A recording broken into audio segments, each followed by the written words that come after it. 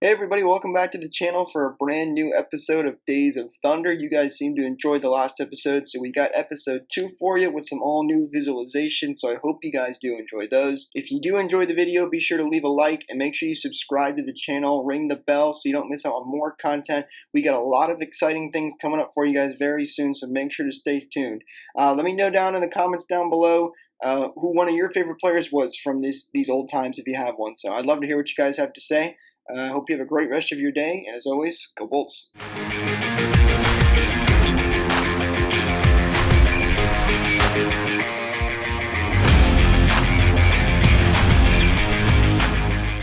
Hello, everybody, and welcome back to another episode of Days of Thunder. After the first episode, we are back with our second episode, mostly focusing on the mid-1990s for the Tampa Bay Lightning. My name is Michael Wax, joined as always by my co-host Jake Ricker. Jake, how are you doing today? I'm doing good. The Lightning are in the midst of their playoff run, and we're getting further and further, so I'm excited to be watching some more Lightning hockey, but I'm also excited to be talking about some more history. It seems like you guys really enjoyed that first episode, and there's a lot of interesting things that went down in these couple of years that we get to talk about today.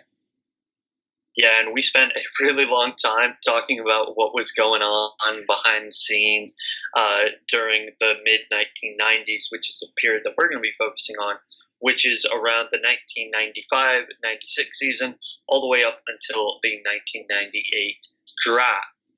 So let's start off with the first Tampa Bay Lightning postseason berth in history.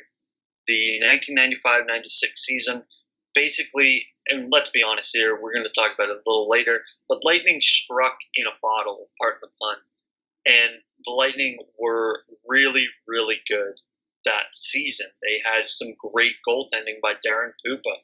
They had some fantastic scoring by Ryan Bradley. Roman Hammerly took that next step from that first overall pick and got 65 points in 82 games. They had 5 players eclipse 50 points, with another one, Brian Bellows, being 1 point off. They looked like they were for real, and then we end up seeing that they weren't. But for this season, they looked like they were for real. Yeah, and this is just their 4th year as an NHL team. They jump up to 88 points all of a sudden after going at 53, 71, 37 respectively. That's almost not quite unheard of because Gold Vegas, but it's a big deal. When you go up to 88 points like that, make your first ever playoff appearance, a lot of attention is going to be on you. Things just clicked right for the Lightning this year, and that's when that happens. You're gonna make it far, and they got all the way to the quarterfinals in this one too, which isn't too bad. So that was great for the Lightning and their franchise to make the playoffs. But I think it also gave fans a lot of false hope too, because you look at this and you say, "Wow, the team really improved this year. They got into the conference quarterfinals. Maybe we've got something here." But that ended up not being the case at all. Well, I think you see 2 different Florida teams give their fan bases false hope. The Lightning made the playoffs this year, and this is the year that the Florida Panthers made it all the way to the Stanley Cup Finals. As we know, they did not make the playoffs for a very long time after this, so I guess you could say it is 2 different fan bases that were hoodwinked and bamboozled from their teams actually getting some success. But one thing that I want to bring up that's really, really interesting, you look at the Lightning team, the roster from that year, and there's a lot of popular names and whatnot, but there are 5 members of that team that had over 100 penalty minutes, which is something that if you look at the roster now is unheard of. Right, and normally when you see 100, this reminds you of like a Philadelphia Flyers team, that gritty play, that Broad Street Bullies type of thing. And like you mentioned, now players rarely crack 100 penalty minutes even today. So yeah, to have that many guys taking that many penalties is a huge deal, and that tells you our penalty kill must have been pretty decent to have to kill off that many penalties alone. So, and I almost feel bad for the guys on the penalty kill having to do that much work. But yeah, definitely something very uncommon, and it's also kind of weird, I think, for the Lightning too, because I don't think they were known as that type of team, as I mentioned before. That was the Flyers type of play. Get all those penalty minutes and rough up the other team, but obviously was a little bit successful for the Lightning here in this year as they made the playoffs. Well, you mentioned the penalty kill and the power play. The penalty kill and the power play were both above league average. The penalty kill for the Lightning was 84.5%. League average was 82%. And their power play, which is very strange considering the amount of, non-forward depth that they had, was 20.7%. And the league average was 17.9. So they really made it count on special teams. I don't know if they were that great 5-on-5 wise, but they really tried to make it count when it came into their power play, their special teams, their penalty kill. Another thing that we want to talk about from this particular year was this was the first year the Lightning had a captain. They went the first couple of years in their franchise with not naming a captain, and that is kind of strange. You don't really see that anymore. Now Vegas is the only real team that has gone a substantial amount of time, without a captain. I believe they will make their selection sometime next year. But the Lightning's first captain, I hope I get this right, Paul Yzerberg, who was given the captaincy, very young captain, only 29 years old. Didn't have a lot of experience when it came to before the Lightning, but he took that captaincy and he really thrived with it, with 31 points in 55 games, and he was a real leader for the team. Yeah, he did. And being the first captain of a franchise is a really huge deal, obviously. Captains, I think, do a lot more than some people may realize sometimes because, even if they're not huge performers on the ice, they can really change the way a team performs with their leadership roles off the ice. I mean, I think this year might be a perfect example for the Lightning. The first couple of years weren't so great. They name a captain this year and they make the playoffs. Now, don't get me wrong.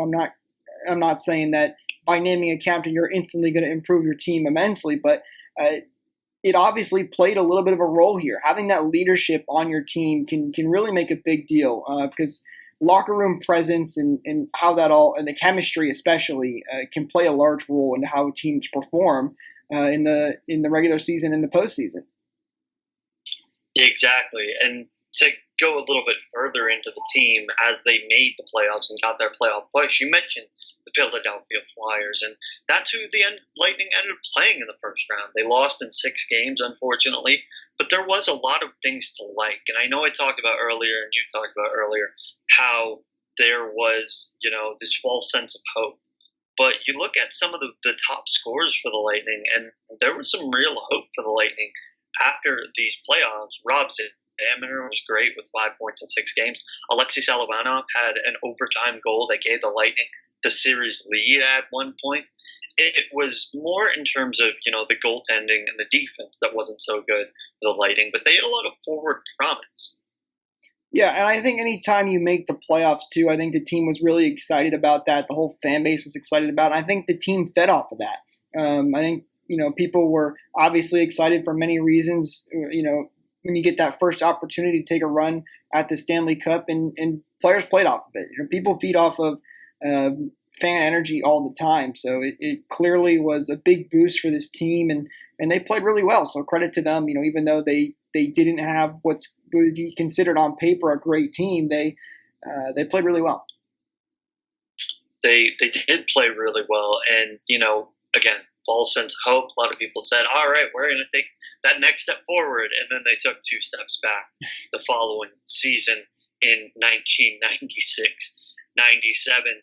They had a couple of new additions that did a lot, and we'll get to them in a little bit. But, not the best team, only finishing with 74 points.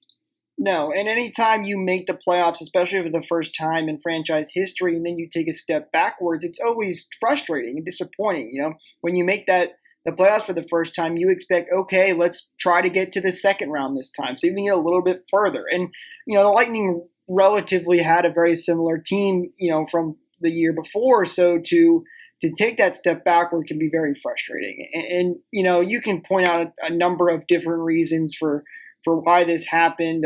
They still had the penalty minutes to back it up from last year, but it going backwards is never a very good thing. And that could be also part of the reason why the Lightning struggle for the next couple of years, is because that frustration probably just got to them. Not making the playoffs after doing it for the first time in franchise history can be a real, frustration for the locker room. Yeah, exactly. And I think the biggest frustration when it comes to why the Lightning didn't repeat their success was their goaltending. We talk about on this show constantly about how goaltending is the premier part of your success. Darren Pupa finished the 1995-96 season third in Vezina voting with an unbelievable save percentage at that time of .918. He finished this season with a .907. He was the highest goalie when it came to save percentage at that .907 mark, and he only played in 6 games. Yeah, I was just about to say he had that 907. Sorry, I didn't mean to interrupt you there, but 907 save percentage, and he played 6 games. You don't have a guy that finishes third in Vezina voting and then only plays 6 games. That is a huge issue for them. And the Lightning also had a total of 4 goaltenders that year. So when you're constantly going through changing of goaltenders like that, it's never beneficial. No, not at all. And, you say what you want about the fact that they had a young tandem of Tamburaki and Schwab for the majority of the season, and Wilkinson played a couple of games, but the fact that their team goals or team save percentage, was below 900 is unacceptable, and I think that showed in their record. And even though there was some bright spots on the offense and defense, a lot of people took steps back, and one of them that did was our boy Roman Hammerling, the first overall pick in the history of the franchise. Went from 65 points all the way down to 40. He was a minus 27. I know that plus minus isn't indicative of everything, but when you're a defender and you score 40 points and you're still a minus 29, that's a problem. There were some positives, I should say, but for the majority of the season, it just seemed like everybody regressed. Yeah, and you're right. Even though plus minus isn't a huge important factor for most guys, you look at the top 5 guys on the team. Every single one of them, except for one, was a minus. And the one guy who was a plus was Rob. I'm going to mispronounce this. Zoomer. He was a plus 3. That's it. I mean, it wasn't a very high plus. And everybody else was minus 28, minus 11, minus 14, and then Hammerlick being minus 29. When you have guys or defenses that can't stop goals from coming in, it doesn't matter how many goals you end up scoring. You're going to lose those games. And that might have been partly due to goaltending too, but to have your top guys on the team all consistently be in the minuses, that's not a recipe for success there. And you mentioned the points for Hammerlick, who dropped off a little bit. Our highest points guy was 62 points. It was Chris Granton with 62 points in 82 games, which by those standards was still pretty good, but the major step back from where they were. Oh, don't you wait until next season when we talk about how much lower it can get. But you're exactly right. Like, Chris Gratton was a solid piece to build around. He was the 3rd overall pick in the 1993 draft. It took a couple of seasons to get to the majors, but when he did, he looked like a solid talent. Also eclipsed over 200 penalty minutes, but looked like a solid talent. They also had, Dino Ciccarelli, who was 36 years old and was the team's leading goal scorer with 35 goals. So that should tell you a lot about, where the team was headed. That their oldest player was also their leading goal scorer. That is never a good sign. So, the team as it stood was not very good. And to the credit of Phil Esposito, he really tried to change it. We will get to why it failed, but he did try to change it. Yeah, and I think the major problem for this team was that goal scoring versus goals they were giving up aspect, because it clearly shows they just weren't scoring enough and teams were scoring all over them.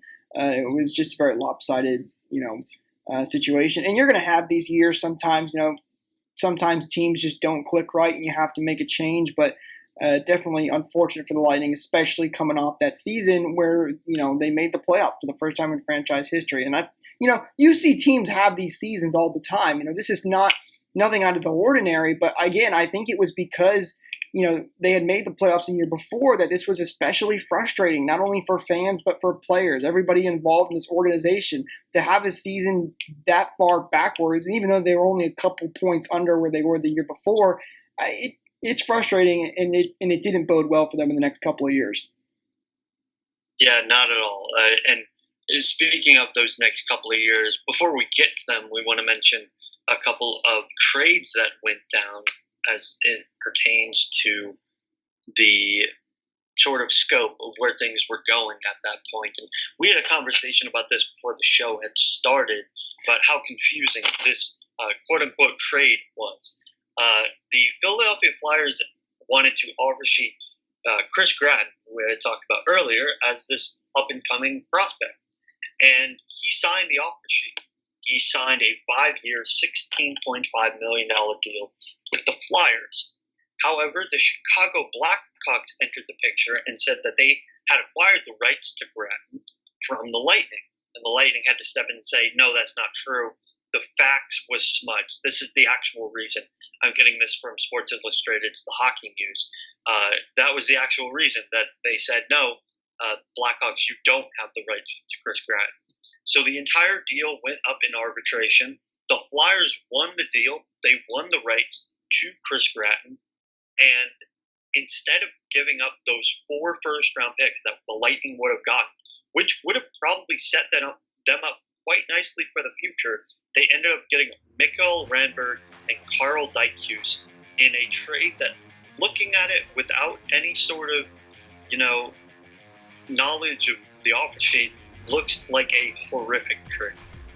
Yeah, and then this is confusing, like you said. When you look at this on NHL Trade Tracker, you think, hold on, the Lightning gave up 4 first-round picks for these 2 guys? But obviously that's not quite what happened, because technically those are all the picks that the Lightning could have had. And so you look at Philly is the one who offer sheeted Granton. Granton had 62 points in that 1996 and 97. The 2 guys that they acquired, they were like 32-point guys at best. So, you're getting 2 new players, but these guys weren't anywhere near the level that Chris Granton was. So that was a big loss for this team. And you mentioned the first-round picks that the Lightning could have had. A lot of them, I don't think, panned out to be anything too crazy or spectacular, so that was kind of a good news thing for the Lightning. But you look at the Philly 1998 first-round pick, which is one of the picks the Lightning could have got, and they got a guy in Simon Gagne, who was a very big-time Philadelphia Flyers player. Who knows what that could have done for the Lightning organization had they had those first overall picks.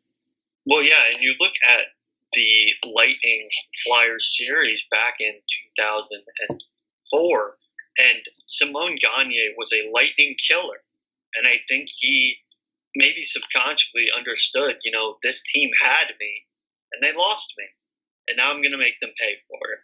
And you know what? He tried his damnedest. He was amazing in that series. Yeah. Lightning ended up prevailing in 7 games.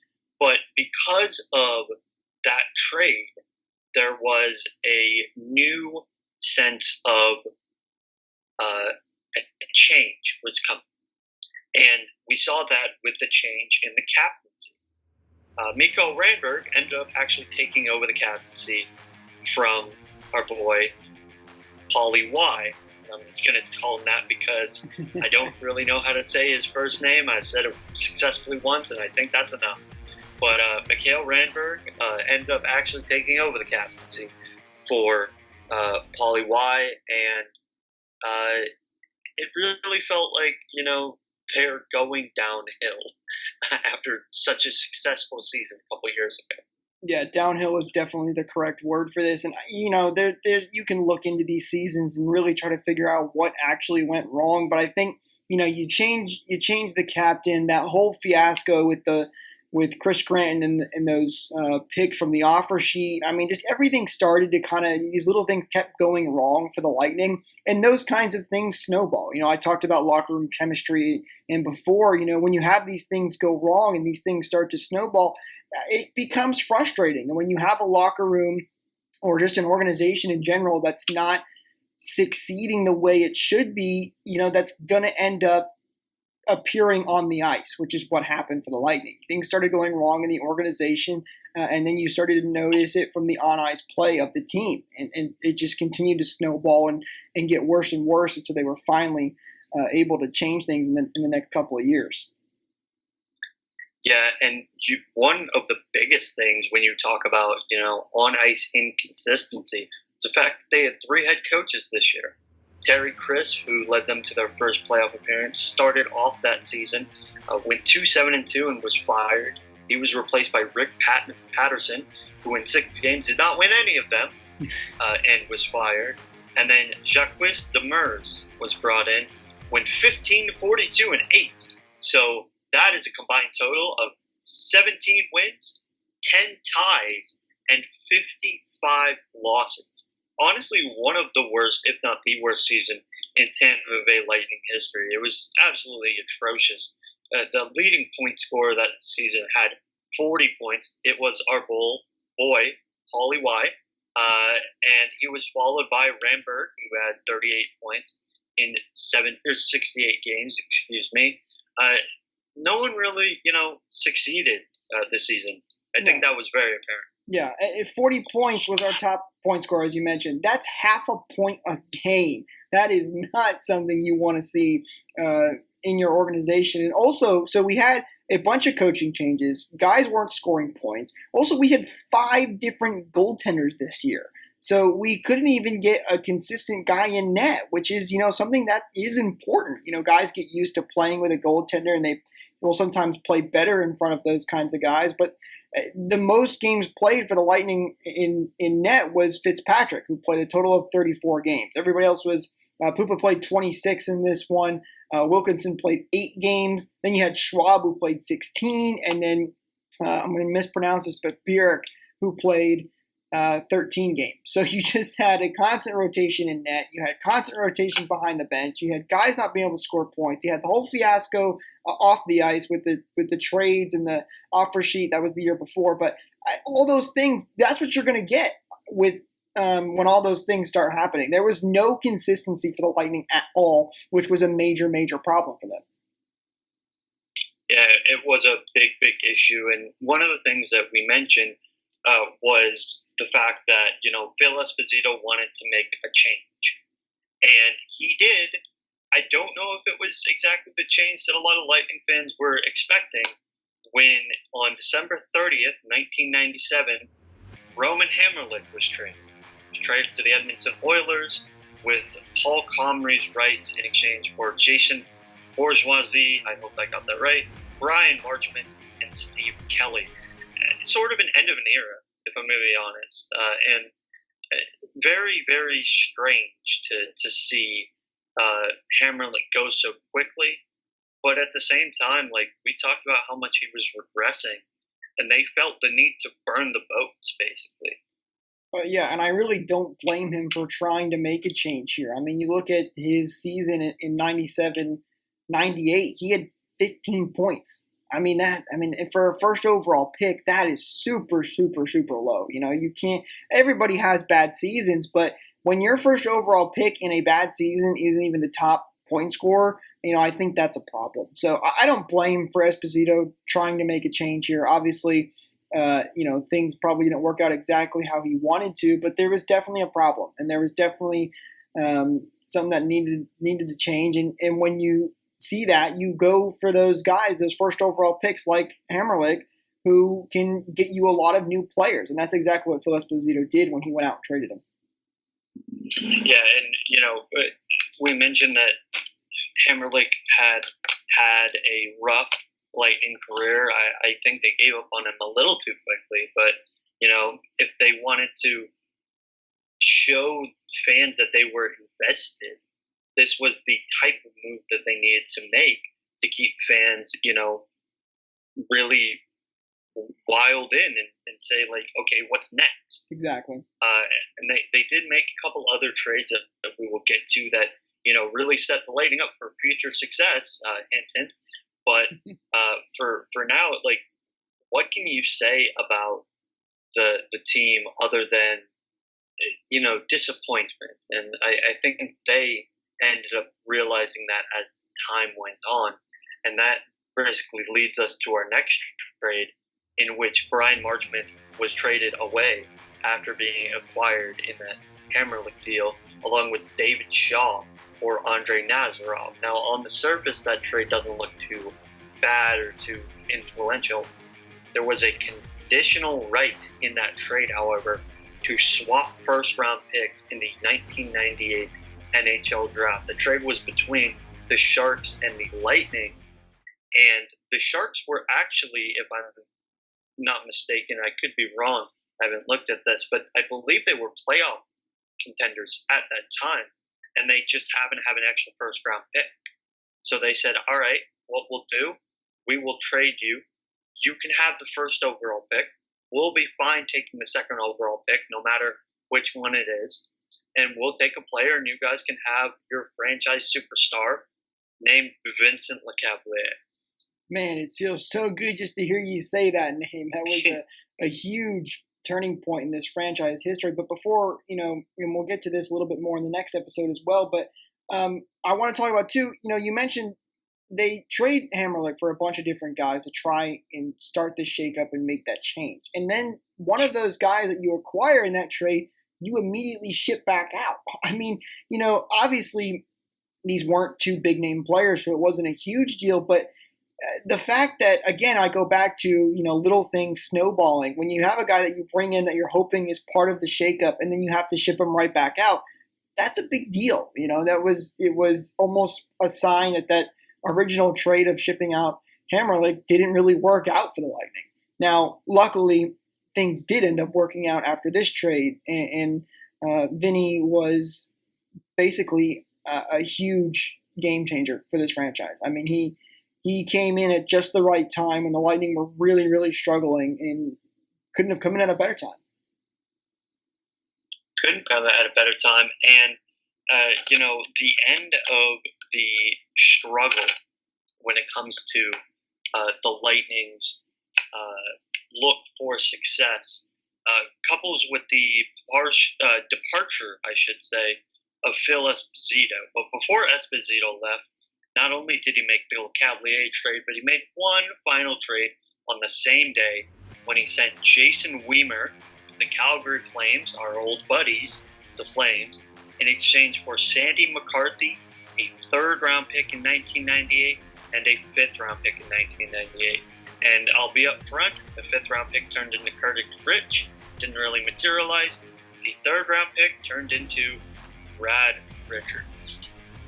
Yeah, two huge names right there, Vinny and Brad Richards, guys that would change the organization forever. So Phil Esposito, to his credit, he got us our franchise here in Tampa Bay, so he teed us up right there, ready to go. Obviously, things didn't hit off exactly the way you may have wanted them, but then once again, right before he exit as GM, he teased the Lightning up for success once again. So, that's credit to Phil Esposito, that even though in these dark times where things really started to go wrong, he made the right moves at the end of the day. Did it take him a couple of tries? Yes, but that's what happens. It's what happens to good GMs. Nothing is ever going to go right the first time you try things. So those two guys alone right there should tell you enough on how much things started to change. I mean, this is basically, you could take this point in history and divide it in half for the Lightning franchise, and it's two completely different organizations here.